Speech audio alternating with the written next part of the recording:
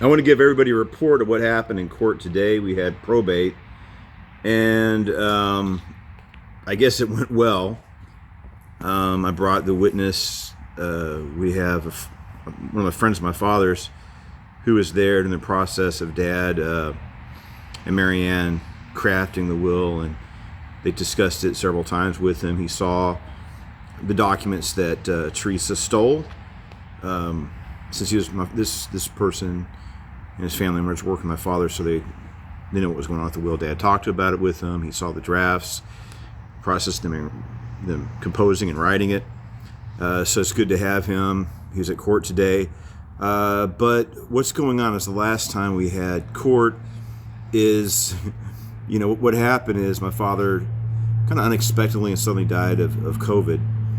And without, well, like I said, Dad he had his desk and he had all the legal documents in there. So he passed away, and my stepmother's daughter, she ransacked the place and she emptied out and stole all the legal documents.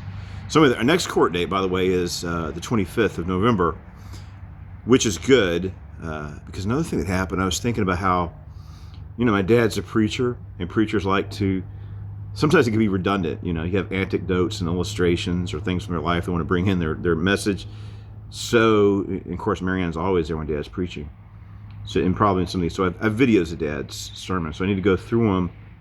And I think there's a good chance that I could find him discussing the property and the will, his will, and his intentions of the property. I'm going to go through all the videos because there could be video of him with her discussing it, actually discussing his plans for the property, because he mentioned it quite a bit, and I have several hours of his sermon content. So if I go through there, I probably could find some video of him talking about it.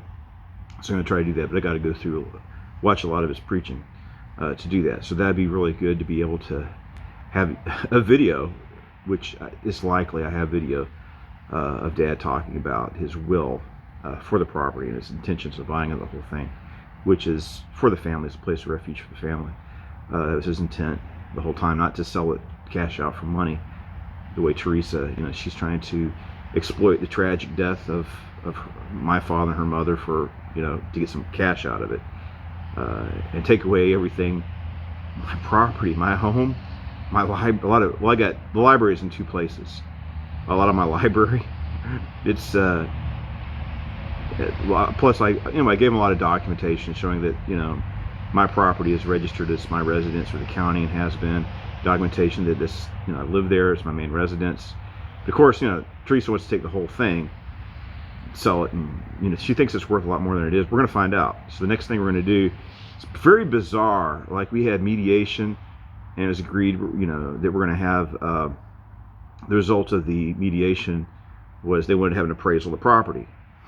The swamp land and alligator infested property with a cemetery on it too, and they think it's worth $250,000, which is absurd. And the structure itself needs a lot of work. Dad only finished the first floor, and there's some damage, structural damage, and other issues with that place.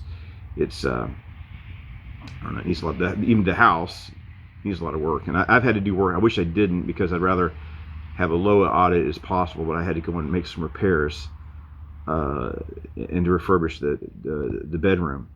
So that's where we're at. Oh, plus the other good thing about it being the 25th is we'll have our day in court, because just on principle, you can't just, it's a civil issue. I called the police. It's like, well, I also have documentation of the theft.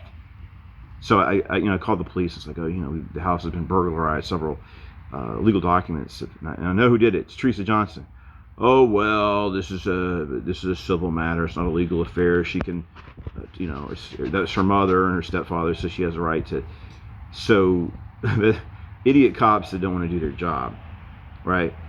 Look, she tried to break in. She actually, we secured the place, and she drove her car through the main gate to rob the place, right? So she took her car and ran to the gate, bent the gate up to go in there and commit the robbery.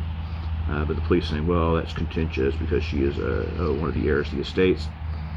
So anyway, she's been sued, and I'll she's going to have to answer in court. I don't. You never know what's going to happen in court.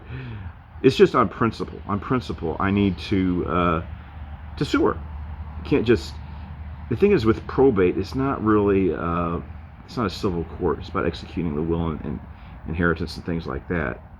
So, it's going to alternate court for the theft and burglary. Now, my brother Paul, he's creating a lot of problems getting the.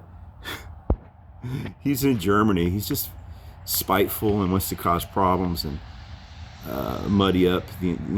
I guess he's trying to create as much chaos just out of spite and vindictiveness. So he's in Germany. He's making all these filings. I'm going to be my own representative, and the wasted like 45 minutes. He had like a pile, probably of 200 sheets. I'm not just guessing, looking at it, and the judge, because it's all frivolous and nonsense, the judge dismissed each and everything that he did to waste our time and the time of the court. And what we need to do is get the will up there and have the lawyer make a determination about the will. There's only one thing that Paul, he did that wrong too. Because what happened is Michael, he's trying to do plausible deniability. He and his sister are working to take the estate. And so she goes and burglarizes, and then he's the one that initiates the legal, because he's benefiting from her theft, but it's plausible deniability. I didn't break in there and steal it myself. I just had my sister do it. Therefore, it's all on the up and up and legit. So, his sister did it for him. Plausible deniability. I didn't burglarize the place and take the will. What Paul did that was correct, but he did the wrong form. Is he went in there and said, so what Michael does is Michael says that he is named as the administrator of the estate. So he went and lied and said there's no other heirs or claimants. What you have to do is you have to do a bill of review to undo that, not whatever paperwork he filed. The reality is, if you go to probate, you have to have a lawyer. It sucks, but that's just life. So if you're going to go to probate, you have to have a lawyer, and you have to defer to your lawyer's legal advice, because he knows what he's doing. And if you're not a lawyer, then it's just the way it is. So he's just created a lot of problems and wasted a lot of time. Paul did. He was only right on one thing. That could be good. I think it's in our interest to submit a bill of review, because that's correct. He should never have been named the executor of Mary Ann's estate, because he did it illegally and dishonestly. He did not notify us. So saying there's no other heirs is not true. And you're supposed to notify us, and we weren't notified. So how can I appeal it when I didn't even know? So it's not fair or right or legal. So Paul was right about that, but he even did that wrong. So anyway, we're still in. So what's going to happen is we're going to go to mediation. And hopefully we can resolve things on the 25th of November, which is like right before Thanksgiving, Tuesday. But that's the date that was chosen, so we can get this resolved. But it's a process. It could take 2 whole years. It's just the reality of how probate works, especially when you have, just a photocopy of the will. But plus, I need to put together. There's other witnesses to the will besides just this one person.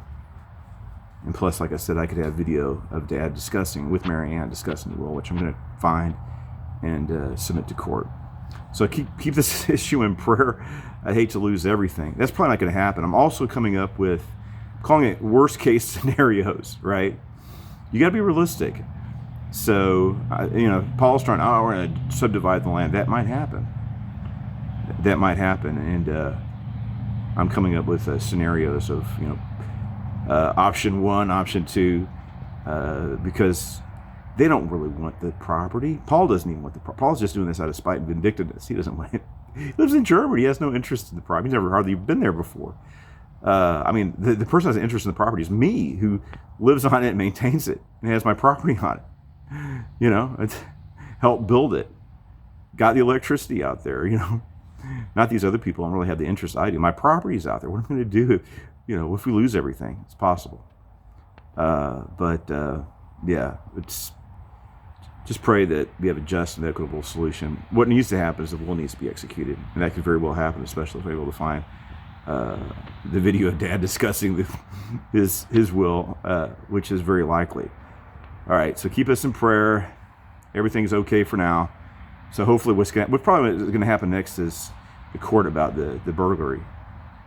And then the 25th is, well, what's going to happen on this week is they're going to do appraisal of the property.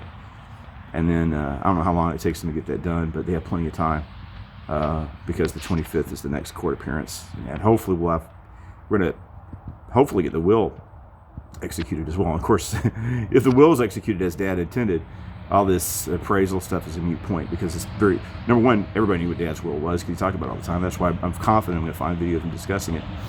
And also we have the written will, and then we have witnesses as well. So keep the whole situation in prayer.